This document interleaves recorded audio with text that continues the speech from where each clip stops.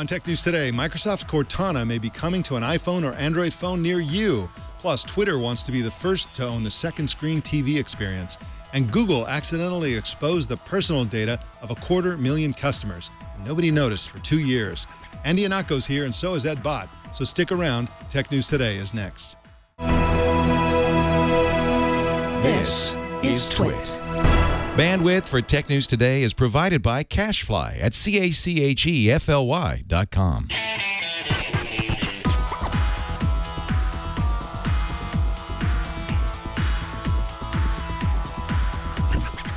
This is Tech News Today for Friday, March 13th, 2015. This episode is brought to you by LegalZoom. It's National Start Your Business Month at LegalZoom and the best time to create the business you've always dreamed of. LegalZoom is not a law firm, but they can connect you with an independent attorney. Visit LegalZoom.com and use offer code TNT in the referral box to save even more. And by ZipRecruiter. Are you hiring? With ZipRecruiter.com, you can post to 50-plus job sites, including social networks, all with a single click. Screen, rate, and hire the right candidates fast. Try ZipRecruiter with a free 4-day trial now at ZipRecruiter.com/TNT. That's ZipRecruiter.com/TNT. Tech News Today is a show where we talk about the tech news with the journalists who report it. My name is Mike Elgan. Christina Warren is off today. Our co-anchor today is Andy Ihnatko, tech journalist for the Chicago Sun-Times, host of Twit's own Mac Break Weekly, and internationally beloved industry figure. Welcome to you, Andy Ihnatko. Thanks, Mike. I won't mention your background or how awesome it is that it's I know, pixelated. because the court sealed those documents for a reason. Oh, I'm sorry. You're talking. Oh, okay. Sorry.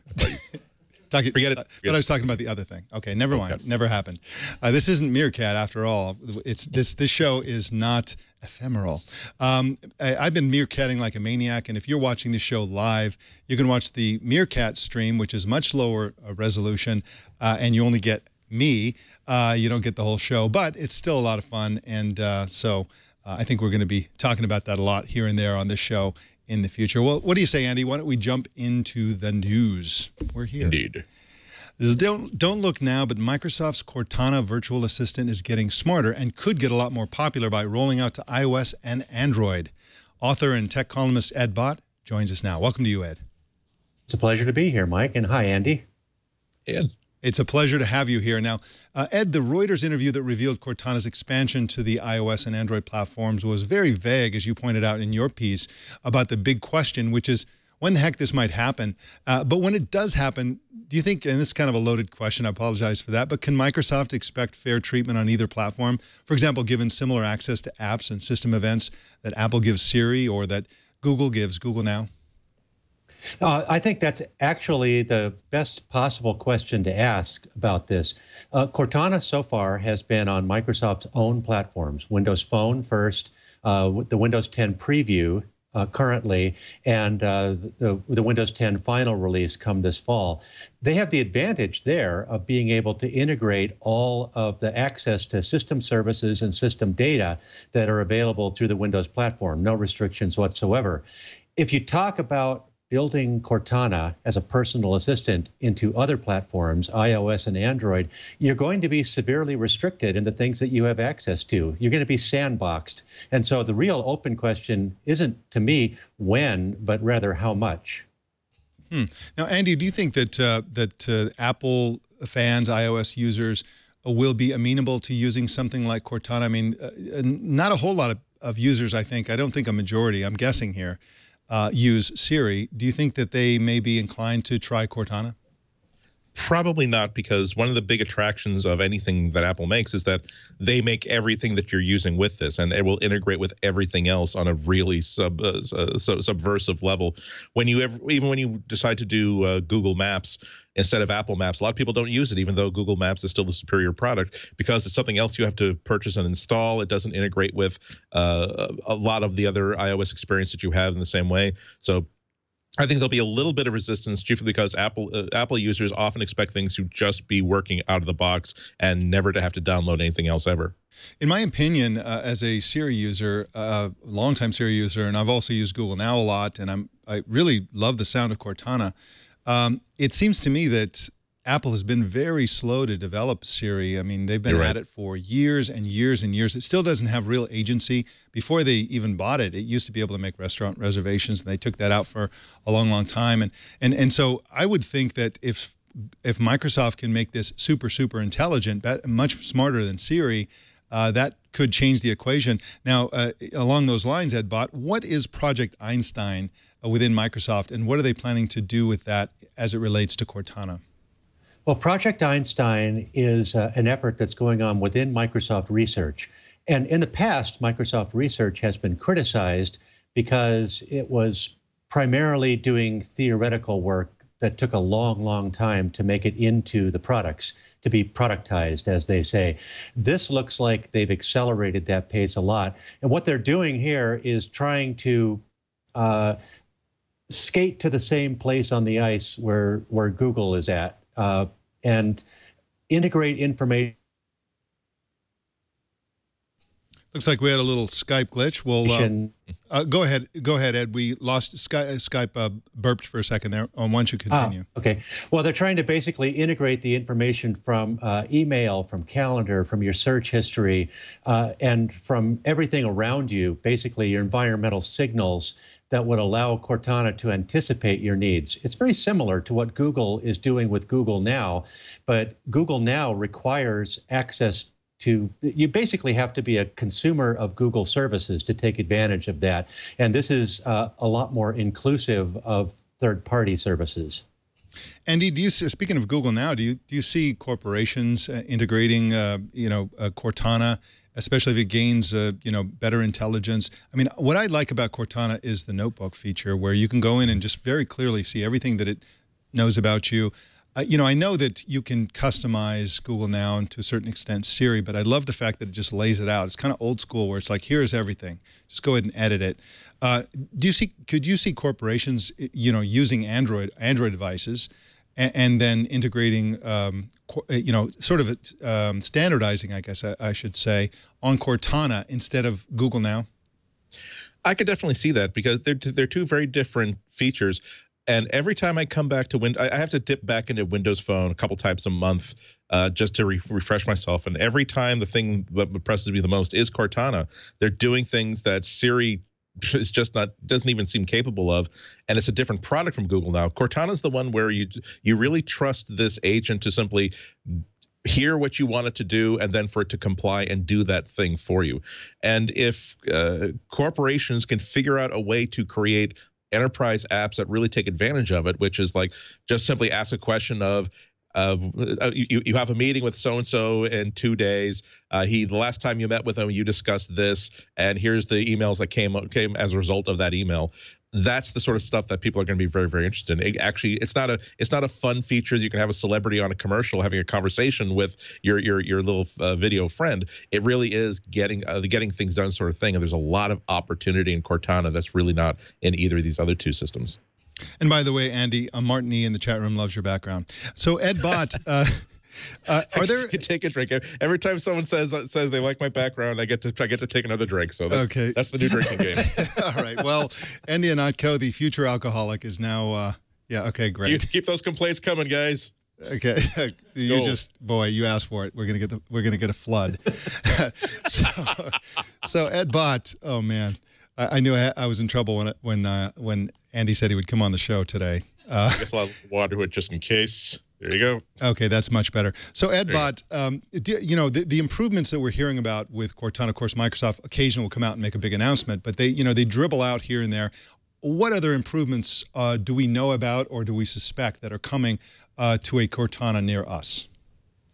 Well, I'd say there's two to really focus on. One is the integration into the new browser that's going to be included with Windows 10.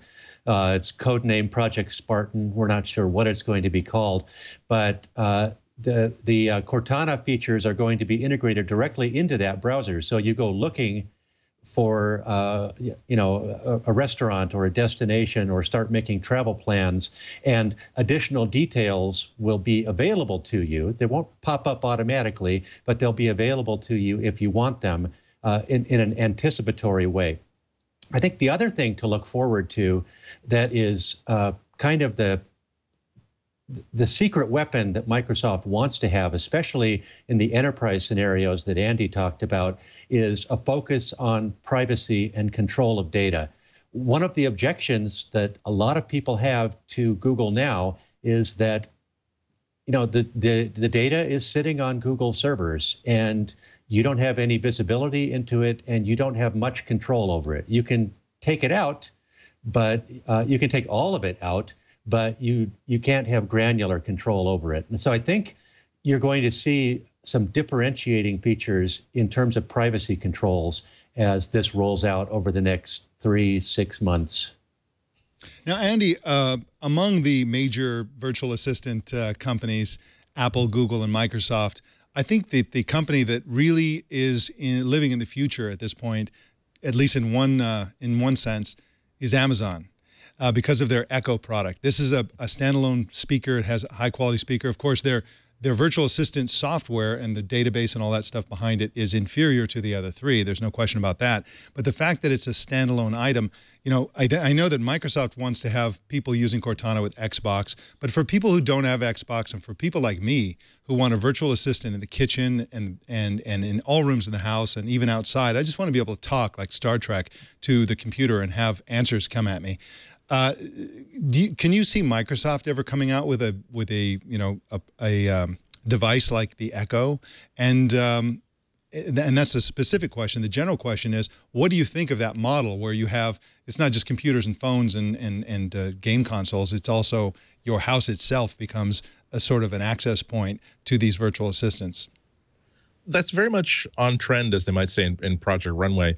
Over the course of the past 20 years, the whole arc of computers has been to take this one big box that's in one room of the house or in one part of an office and simply break up all of its tasks into tinier and tinier devices. It's not about portability. It's about, let's build a compact device that is perfectly tuned for that morsel of computing you want in this specific situation. So it makes perfect sense for instance, your Apple TV to be a Siri access point, so that if you're simply in this room, you have the ability to make a request for or call for information from your calendar, and for that to happen, because maybe you're just in the kitchen in the other room chopping onions. You don't necessarily need to have access to your MacBook, but you do want to know, oh my God, do I have that conference call in 20 minutes or is it in 2 hours? So that makes perfect sense. When you talk about a device like Echo, it's kind of a negative sort of example, because this is a device that's designed to just be a speech interface to search. And it really does demonstrate, I think, that unless you have that hooked into your lifestyle and your personal information on a really intimate level, there are limits to how good it can be. Again, I want to be able to simply call out, if let's say that I'm married and my wife's name is Denise. It's like, hey, is Denise running late? And because their permissions have been set in, it can say, okay, the GPS on Denise's car says that she is now 28 miles away. Also, she's on I-95 and she's been going at 18 miles an hour. So I think she's going to be very late. Do you want to call her right now? That's the sort of box that I would spend $200 for, but something that I can just, like in that picture that we just showed, all the family huddled around this cylinder in the living room saying, okay, Echo, what's 41 times 12? And if that were in gallons, how many liters would that be? It's like, okay, I mean, that's fun. It's a fun tech demo, but it's not going to integrate into our lives. That's a great point. Ed Bott, you're always writing very well-researched and very interesting columns. Can you give us a preview of what you're working on next? I'm waiting for the next preview release of Windows 10 to show up. And while that's in the pipeline, I'm working on a roundup of digital music lockers.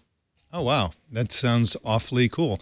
Ed Bott is at edbott.com, and you can follow him on Twitter at edbott with 2 T's at the end. Thank you so much for joining us, Ed. It's been a pleasure, Mike. Thanks. Right. Thanks. Well, we got some more news for you in just a sec, but first, let's talk about LegalZoom. LegalZoom is the service that I've been telling you about all week that will help you save a ton of money on legal stuff, especially if you're launching a small business. It's Start Your Business Month at LegalZoom, and they got lots of help that will get your business off the ground. For example, what kind of business are you going to launch? What sort of corporation do you want to launch? What kind of name are you going to have? You got to make sure that that name isn't out there already. So you have to do an entity name availability check. You have to do a trademark search. You want to do all those things and do it right, and LegalZoom will help you do it right very inexpensively and very reliably, because they've been around for a long time and they've been helping lots and lots of people launch new businesses.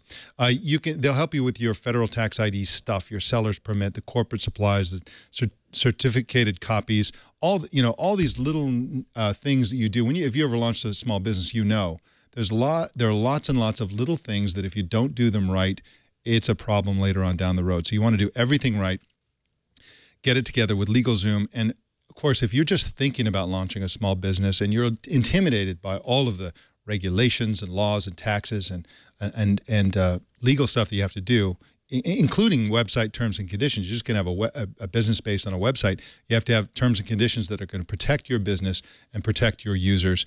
And so you want to do that right. And of course, LegalZoom will help you with that as well. Just go to LegalZoom.com and check out all the possibilities. And I think you're going to feel a lot better about launching that small business, because with their help, they're going to have your back. And of course, if you do need an actual lawyer, they're offering attorney consultations for only $50. They built a network of trusted attorneys to provide the guidance you need for your specific situation. So it's really a great deal all the way around. Just go to LegalZoom.com today and find out more. Attorney consultations are provided by independent attorneys, available in most states. Get the legal help you need for your business at LegalZoom.com. Make sure you enter the offer code TNT in the referral box to save even more. That's LegalZoom.com and use promo code TNT. Legal help is here. Mashable is reporting that Twitter is launching what the article says is a, quote, bold TV experiment, unquote, that could change the face of second screen viewing. It's called Twitter TV Timelines. The publication got early access to it, and they say the concept is very simple.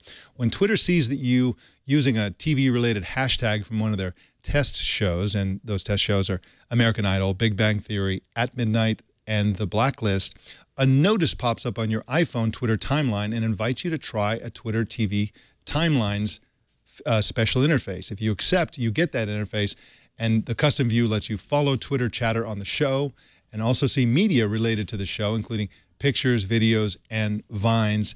It's about darn time, Andy Ihnatko, because Twitter really is the social network, in my opinion, that's best suited for the second screen experience. You know, it's great to sit there and watch a TV show, and an event show like the Super Bowl, for example, and then sit there and go back and forth on Twitter and see what everybody else is saying. And I just think it's amazing that it took them this long, but I'm looking forward to seeing it. What do you think about this foray into TV second viewing?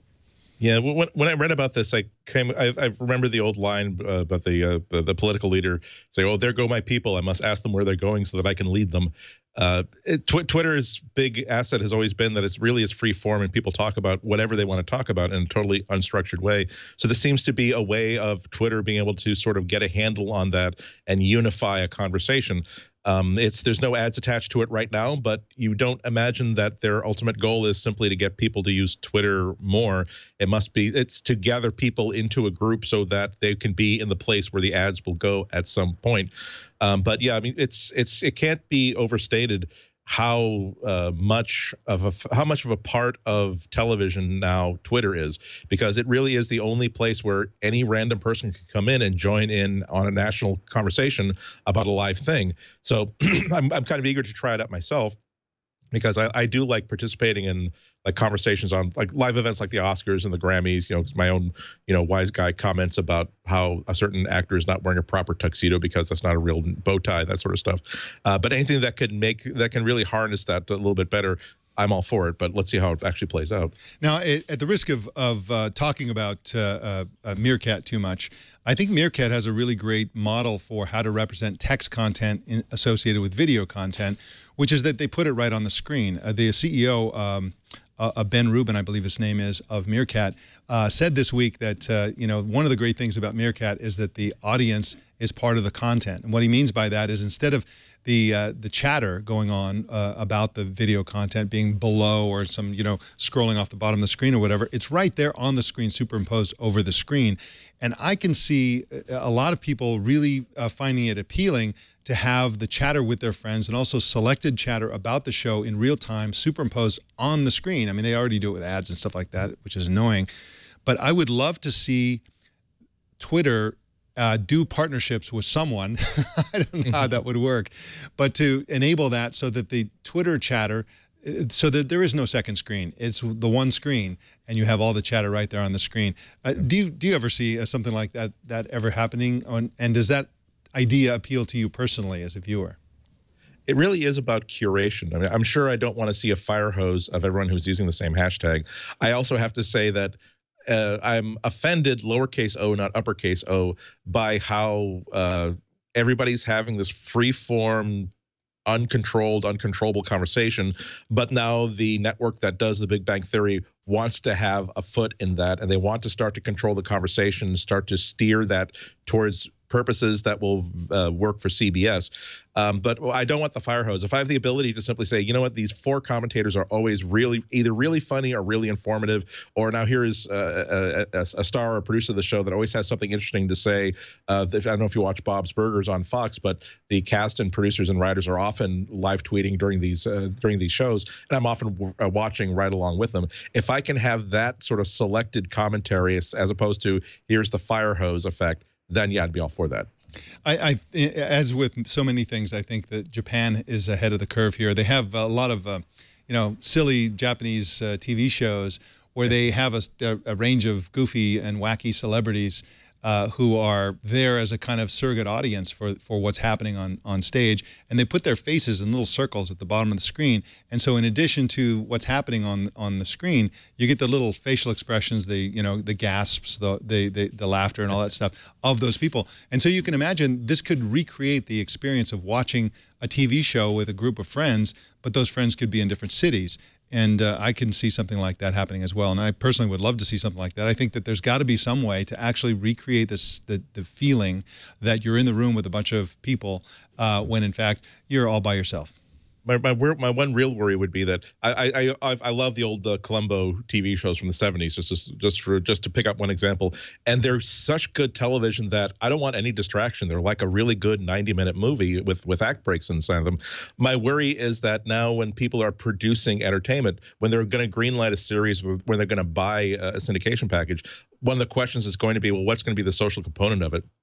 We can't just simply produce stories involving characters and interesting situations. We have to make – people are never going to be able to pay attention to that. We have to have a ticker below it that's going to show live hashtags. I just I can't tell you how many times a cable show has been ruined for me because they decided to embellish a rerun by putting like a live ticker of people talking about it on Twitter. I really don't care about that. I actually want to see the show. I want to focus on what's actually happening in the program. Oh, Andy, that's ridiculous. You want to watch the show. I know. Let me go repair my buggy whips. I have to defrag my hard drive because my computer is so old, Mike. All right. Well, let's move on. Google has accidentally leaked the personal information of more than 280,000 Google Apps for Work customers. The problem first popped up in mid-2013, but was only recently found and fixed. People have been exposed for nearly 2 years. The glitch was identified by security researchers at Cisco. It affects only those using the registrar Enum with their Google Apps sites. Some 94% of the website owners who opted into Enum's Whois privacy protection feature didn't get that protection, and their details were publicly listed. A flaw in Google's code revealed all that information, and Google released the following statement, quote, "A security researcher recently reported a defect via our vulnerability rewards program affecting Google Apps integration with the Enum domain registration API. We identified the root cause, made the appropriate fixes, and we're communicating with affected apps customers. We apologize for any issues this may have caused," unquote. And Ihnatko, how did 250,000 people's personal information get exposed even though they opted in to a personal information protection thing and nobody noticed? Because there's just so many. I have to admit I'm not as up to speed on the technical details of this story as a security writer would be, but it just seems like this is the classic problem of so many moving parts inside a piece of machinery, number one, that it's easy for subtle problems to this wasn't a problem that was causing things to crash. It was a problem where there is a chink in the armor that we're in a place where no one's going to look for it. Secondly, a lot of the people, even the people who work in security, who maybe should up their skills, they click a checkbox and they expect something to work. The next step after you do that is to test to make sure that your security protections are actually working.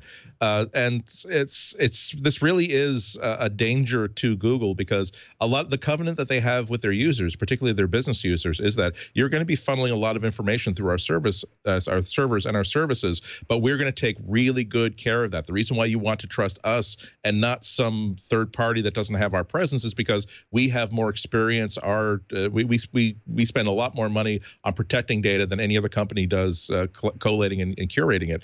So this is sort of like, imagine if one of the big 3 fast food chains had like tainted beef in all their patties. That's like a disaster PR scenario, because once you can no longer trust the security of Google, you start to look elsewhere for better services, and that really trust is at least 1/3 of the product that they ship.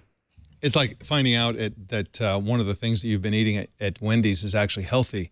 The sense of betrayal would be overwhelming, I think.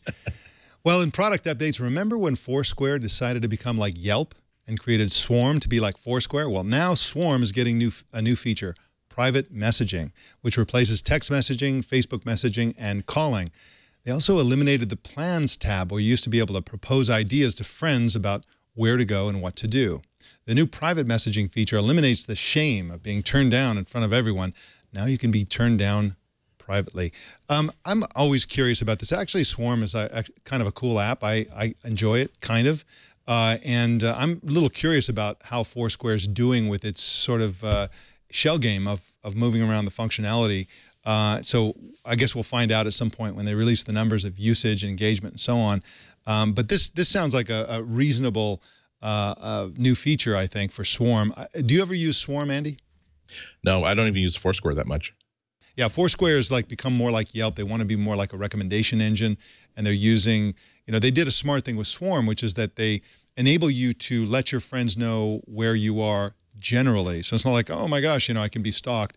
It's like tell you generally what part of town you're in or what town you're in, and that's generally good enough. And it will tell you the distance. So it'll tell you, a so-and-so person, so-and-so friend is, within a couple of miles of where you are right now. So it's pretty general. And you can text them and say, hey, where are you? I see that you're, in town. I think the real difficulty of services like this is that people who are even in their mid-20s, early 30s, they didn't grow up in the same world that people in their teens and early 20s did, and therefore the younger people have a sort of a natural affinity for these location-based broadcasting services. Unfortunately, so this audience understands the sort of software and the sort of services they want. However, because they're 14, 15, 16, 17 years old, they don't have the expertise to create that kind of a platform and create that kind of service. So you have people who are one generation too old to understand this service as the only people who can build that service. So I think that's why you see a lot of these things coming out, and they have to be developed kind of by the Braille method. They have to be put something out, see what people are using, see what people are not using, and then a year later you sort of start to shuffle the whole thing 80 degrees to the left, because it turns out the thing that you thought was insignificant or just sort of a 10% user feature is actually what's going to deliver most of your audience for you. Yeah, that's a great point.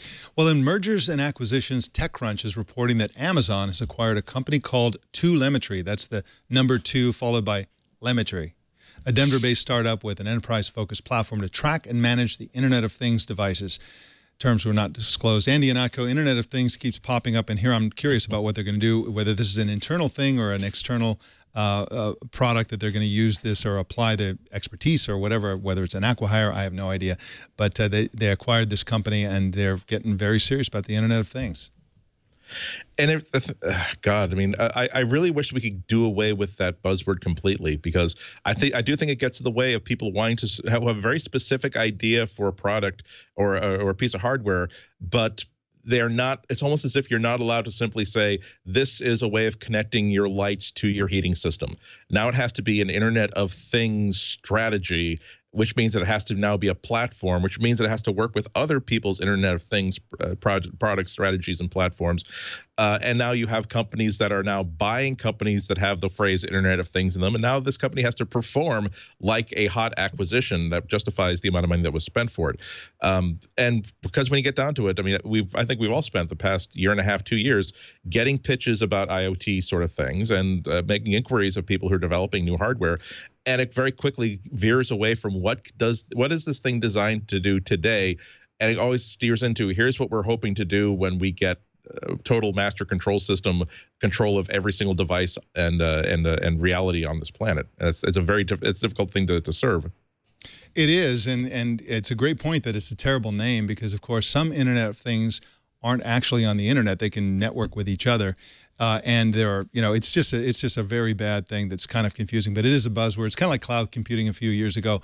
Oh, you mean what you mean is that something's running on a server somewhere else. Oh, okay, so that's special and deserves an additional bonus amount of money to pay for it.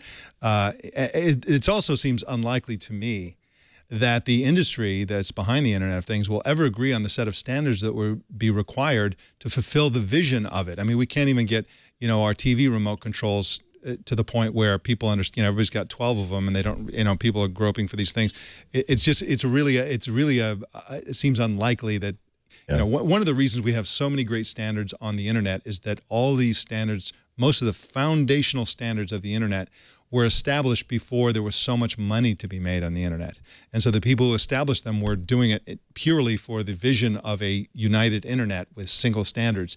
And nowadays, everybody wants to own the future standards of things like the Internet of Things. And so I think these companies just can be at war with each other ad nauseum to the detriment of users. It's too difficult for one person to just do a crazy thing just because it's a good idea. You really do have to have that game plan in place if you want to get the money to make this really crazy but cool thing that you think can actually be profitable. Absolutely true. More news in a minute, but first, let's talk about ZipRecruiter, our other sponsor today.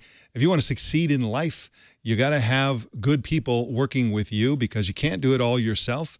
And the way to get good people is by using ZipRecruiter. The good people out there are everywhere. They're on job sites all over the internet and even social networks.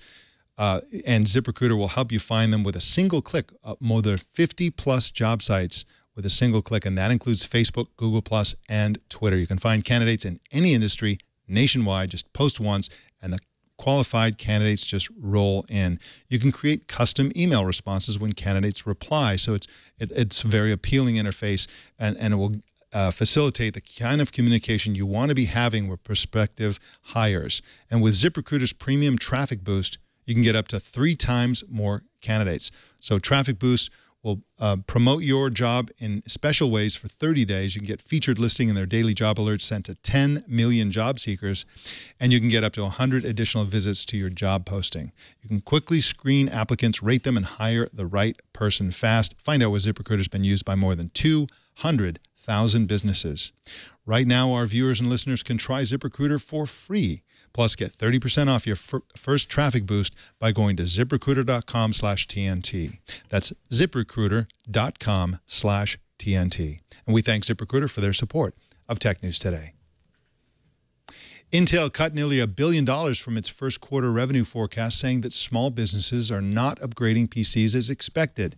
Intel said it expects first quarter revenue of around $12.8 billion, about 7% lower than forecasted.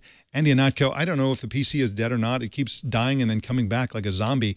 And Intel, I think, is now the #1 sort of bellwether of where the PC industry is going. Are you alarmed by this report? Every time I see a report like this, I'm not really quite so concerned about it. Not that there's no reason for concern, because most of the reportage that I see that really predicts, oh my God, no one's buying laptops anymore, no one's buying desktops anymore, seems to be built on the understanding that computers are made out of marzipan.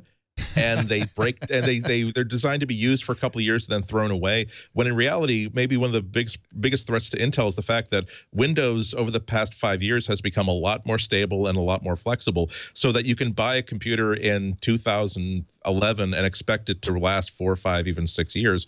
And you also realize that unlike Apple, who's been seeing a lot of growth in desktop, people don't buy Windows machines because they're excited about Windows 10 and Windows 11 and Windows 12. They really do want to get that rental car sort of experience where I climb in, all the controls are where I expect them to be, it's reliable, it's fast, I'm good from there on. So it really isn't a sort of place where people are going to churn their hardware every couple of years. So whether these numbers indicate a lack of reliance on desktops anymore, or just simply that people are holding on to are seeing the value of their existing hardware pay out over more years, I think that remains to be seen. I think it's kind of the second thing, though.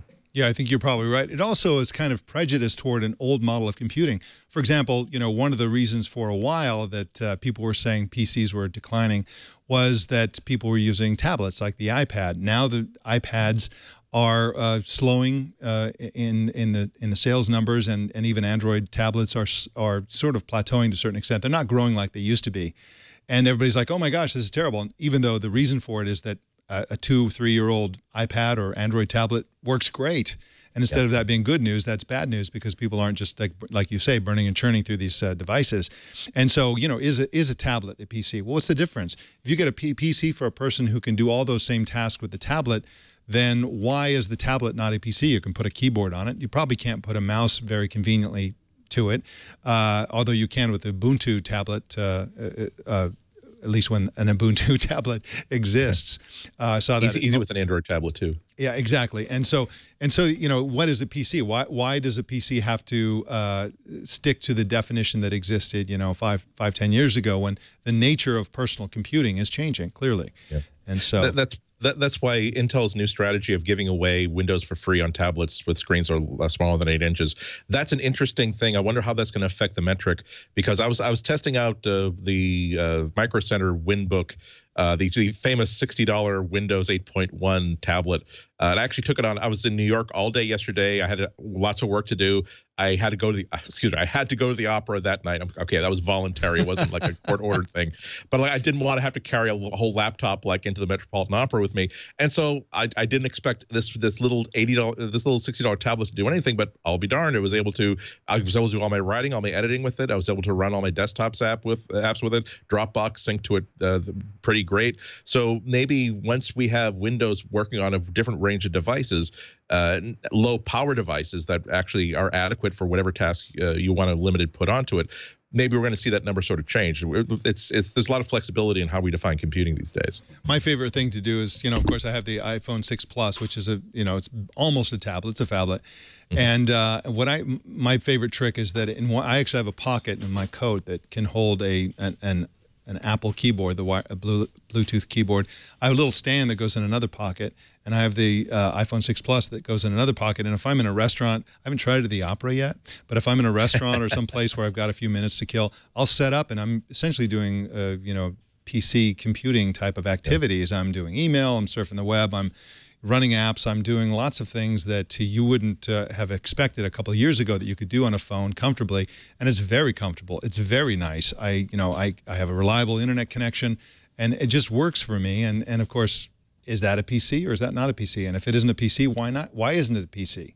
Yeah, it's interesting to note that one of the breakthrough products that is ushering this sort of in, you could talk about, oh, well, now there's a new range of mobility processors that have desktop class, but they use mobile sort of power draws. Or here's a new operating system that is more flexible. Now Apple has better APIs so that you can do desktop class apps. When actually maybe the most important thing is that now people are making really cool folding pocketable keyboards that make you want to. I actually have a whole drawer of them that I've been reviewing over once every 2 or 3 months. And now it really is, well, the limiting factor has been I can't really write 800 words like this, but I can take out this thing the size of a Pop-Tart, fold it out twice, have an almost full-sized keyboard, and then give it with the cost of a $2.80 hot chocolate at Starbucks, have a 3-hour office session that will actually be very profitable. I only brought the WinPad because I'm reviewing it soon. I was curious to see how well it would work. Otherwise, I would certainly have been just fine with like even my simple like Nexus 5 and one of these folding keyboards. Which keyboard do you recommend, by the way? Right now, there is an OEM keyboard that folds twice. That you can't. It's hard to recommend a name because the different people you can buy 50 of them on Alibaba for about $500 or whatever. But you'll notice that it actually folds in twice like a barn door, so that the center section is. I can get it for you from the other room if we have more time. But the center section is like a completely interrupted space bar, and by the time these really complicated metal scissor hinges wind up folding, you have no gap between the left, right, and the center bits of the keyboard. It's my favorite so far, but there are a couple of nice candidates coming down the pike. Zag has an interesting keyboard that folds not this way, but folds like twice vertically, like Venetian blinds. A lot of people are now that 6-inch phablets are starting to become the norm, and the Galaxy Note is one of the hottest phones you can buy. A lot of companies are trying to solve that problem of how do you make a comfortable typing experience and something that you could conceivably fit into a purse or a shirt pocket. What I love about it is that a few years ago, these things were super popular. I used to use foldable keyboards with my Trio, I think, or one of those devices. And Jason, while you were talking, Andy, Jason sprinted over and handed me this. He's very fast. This is a Palm keyboard. And, of course, this thing folds out like this and folds out, voila.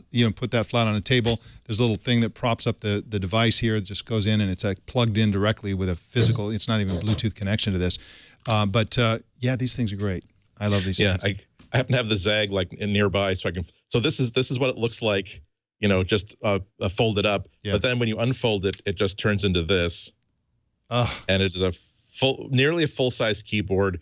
Certainly about the same size you get with an iPad. It has a built-in little kickstand for your tablet or your phone, and then when you're done, it just turns into this that you can easily put into a jacket pocket. That is cool.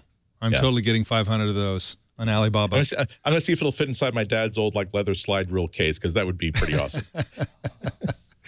All right. Well, in big numbers today, we have a small number for you: 29,867. The reason that's a small number is because that's the total number of video subscriptions Google had sold by the end of 2014 in all cities combined where Google Fiber has been offered.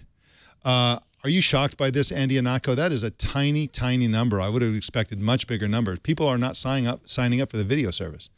Yeah, I think they just see this as a broadband digital solution, and the people who are excited about getting Google Fiber don't correlate that with a service that can actually give cable. Or the people who are excited about Google Fiber and know why it's so exciting are not the people who are subscribing to cable television. These are the people who have their Hulu subscriptions or they're torrenting the entertainment that they want. So I'm not terribly surprised by that. Interesting. Well, in news you could lose, hold on to your hockey masks. We've got some Friday the 13th related news for you today. Warner Brothers announced today that Jason Voorhees from Friday the 13th will be a playable character in the game Mortal Kombat. Not in the base game, but in a downloadable pack sold separately for $29.99, which will also have other characters. Mortal Kombat X launches April 14th for the PC, PlayStation 4, and Xbox One. Nice. All right. Gotta have it.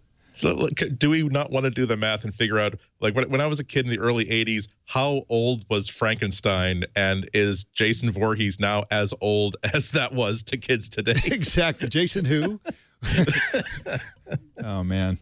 Yeah, I'm sure that kids today are going to enjoy virtual reality horror that is vastly more terrifying than anything that we saw in the Friday the 13th days. Oh, man. Well, we got some cool feedback from a few of our fans on email, starting with Paul Franz. Paul Franz says, talking about our Apple Watch coverage, will I think about buying a $10,000 Apple Watch? No, I will not, he says. But the Apple Watch edition is not targeted at me. It's targeted at a totally different demographic. It's for a market where there's prestige in owning a $10,000 watch, a market that would never wear a $700 watch, whether it's a smartwatch or not a smartwatch. That's a great point. Paul, we also got one from Gregory Dudek, who said, regarding the price of what the abandonment of the computer for the rest of us mantra, I could afford it, but I'm disgusting. This is far beyond silly. I think what Gregory is implying here is that Apple used to have the slogan some time ago that a Mac was the computer for the rest of us, sort of the people's computer. And a $10,000 or $17,000 for that matter, gold wristwatch is not a wristwatch for the rest of us. It's a wristwatch for the rest of them. or the 1%, or whatever you want to say.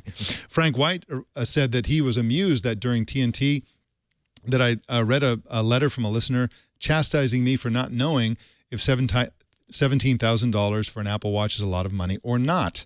The Apple Watch isn't a technology product, he writes. It is a piece of jewelry that happens to contain a tiny computer, just as a Rolex is a piece of jewelry that happens to contain a precise mechanical movement. I think that's a great point, Frank. However, the difference is that the mechanical movement will still be fully usable decades on, whereas the Apple Watch, although it may function if you can keep replacing the battery, you probably won't want to, because we'll move on to much more advanced forms, no doubt, of wearable technology.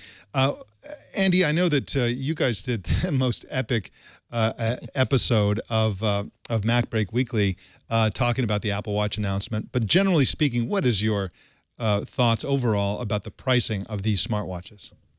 You know, believe it or not, for an entire week, I've been writing one column that just talks about my thoughts on the valuation of that device, because they're very, very complex.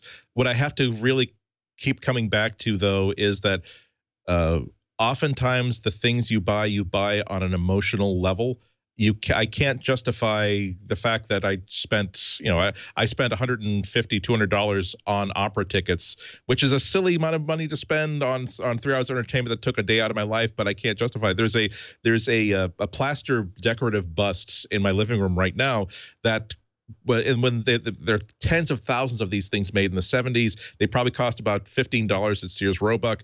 If you go to find one of the Salvation Army, it'll cost maybe $2 or $3 if you can find it. And I spent like $50 or $60, $70 for it on eBay, because it used to be in my parents' living room, and when we were closing down their house, someone smashed it to smithereens, so no one got to take it home with them. You can't, and I can't just. People might appreciate that I have an emotional connection to that plaster bust, but the point is that I should not have to explain to somebody why I wanted to buy this thing that I like and that I can afford. So while I do have a lot of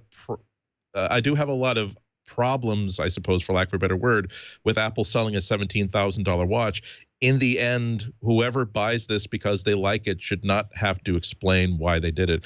And the other thing that I'm pointing out in this piece is that Apple has almost never been the computer for the rest of us. They're introducing a $1,300. I like the new MacBook, but it's $1,300, and you can buy something very similar in the Windows space that costs $600 or $700. Apple makes desktops that not that they're necessarily overpriced, but again, if you're talking about what they actually do, you can save $500, $600, $700, sometimes $800 in buying the Windows equivalent. So I don't think that anybody who's attacking Apple for saying that, oh, this has never been, you're not the company that makes things that people can't afford. It's like, no, they're the company that makes things that they want to make, and they pursue their own ideas of how they would like to design things. And so there's a lot of really interesting arguments to be had around this pricing, though. Yeah, and even the lower end versions of the Apple Watch are, pretty expensive. I mean, your average Apple Watch is going to be about as expensive as another iPhone 6, and so that's they're essentially doubling.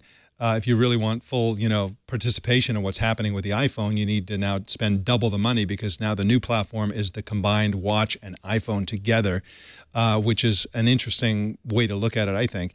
And I wrote a somewhat related column recently talking about kind of trying to bury the argument that, an Apple Watch is pointless because it duplicates the iPhone's functionality. You don't need an Apple Watch. Of course you don't need an Apple Watch. You don't need to go to the movies. You don't need that high-definition TV. You don't need that nice car. We don't need lots of things. In fact, the things that we spend the most money on, the things that we spend money on that are the most profitable to the companies that sell them to us, are things we don't need.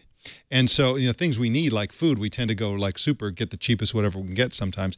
But no, we don't. Nobody needs an Apple Watch. Of course, we don't need the smartphone either, for that matter. We don't need any of this stuff. Need is not the right criteria for judging whether or not this is something people are going to pay for. They're going to pay for it because it's a status symbol. They're going to pay for it because it feels good to use. The haptics interface, all the little things that Apple is doing with the watch, with the interfaces and how they work together, is actually, I believe, going to feel good to use. Kind of like the iPad felt good to use. Nobody understood it until they tried it, and they were like, suddenly I need this. Well, no, you'd never needed it. It just felt good to swipe around on this big screen. And so that's my view anyway, and I think it's going to sell like hotcakes. My prediction is that they're going to sell more than all other smartwatches combined within a few days of the release. Yeah. One of the great tests of any technology or almost any consumer item is that you fuss and you worry and you fret about the amount of money you're spending on this.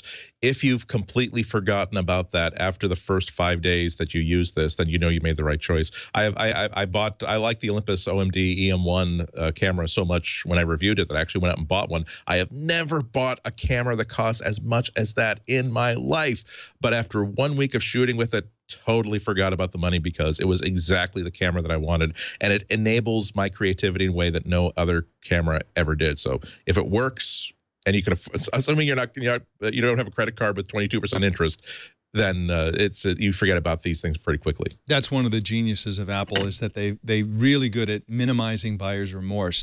If you're going to buy a Samsung, Galaxy S6.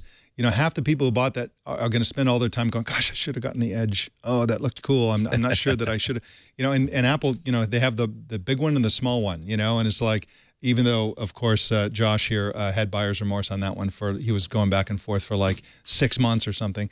They're really good at eliminating that. I think, as you said, people are going to get the Apple Watch, and if it's as awesome as Apple says it's going to be, yeah, forget about the money. They're going to love it, and forget that they spent a huge amount of money on it. Well, our TNT fans of the day are Julian Sammy and Chris Peachman, both of whom tweeted multiple screenshots of our behind-the-scenes Meerkat stream yesterday. And that's how they watched TNT yesterday. And there is one of them. That's the one from Julian Sammy. That was a lot of fun yesterday.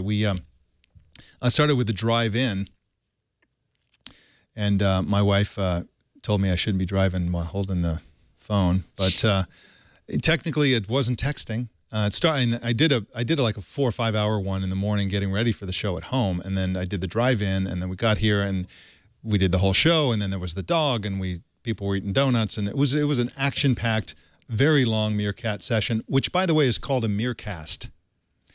If the thing itself is called a Meercast. Anyway, that was a lot of fun, and those are our TNT fans of the day. How do you watch or listen to TNT? Just record a video or take a picture of yourself or your setup, or a screenshot for that matter, and post it on Google+, Twitter, or Facebook using the hashtag HowIWatchTNT so that we can find it. And Andy Ihnatko, what are you working on these days? And tell people where they can find your writing. Well, I'm finishing up, believe it or not, like about 8,000 words of Monday event coverage, because there are just so many different topics to talk about. Part 2 will land today, and about the new MacBooks, and the part about the Apple Watches will land on Monday or Tuesday.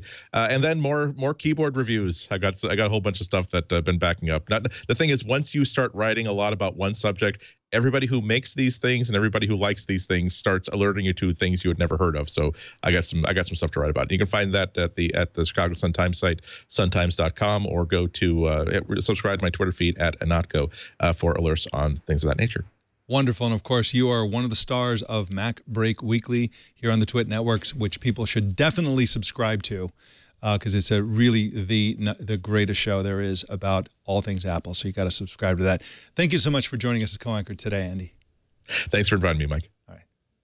You can subscribe to Tech News Today from your podcasting app, of course, or you can choose another way to subscribe at twit.tv/TNT. You can also watch us live every weekday at 10 a.m. Pacific, 1 p.m. Eastern, 1800 UTC at live.twit.tv, or on the app or browser plugin of your choice, which you can find at twit.tv/apps. You can follow us on Twitter at Tech News Today TV, and you can follow me personally on Meerkat. Just follow me on Twitter, which is MIKEELGAN, and then find me on the Meerkat app, or you just follow my Twitter stream and you get a link directly to the Meercasts that I'm streaming. Let us know what you think. Send us an email to tnt@twit.tv or call 260-TNT-SHOW. And don't miss Tech News Tonight at 4 p.m. Pacific, tonight and every weeknight, right here on the Twit Network. That, ladies and gentlemen, is the Tech News Today. My name's Mike Elgan. Thanks for tuning in. We'll see you Monday.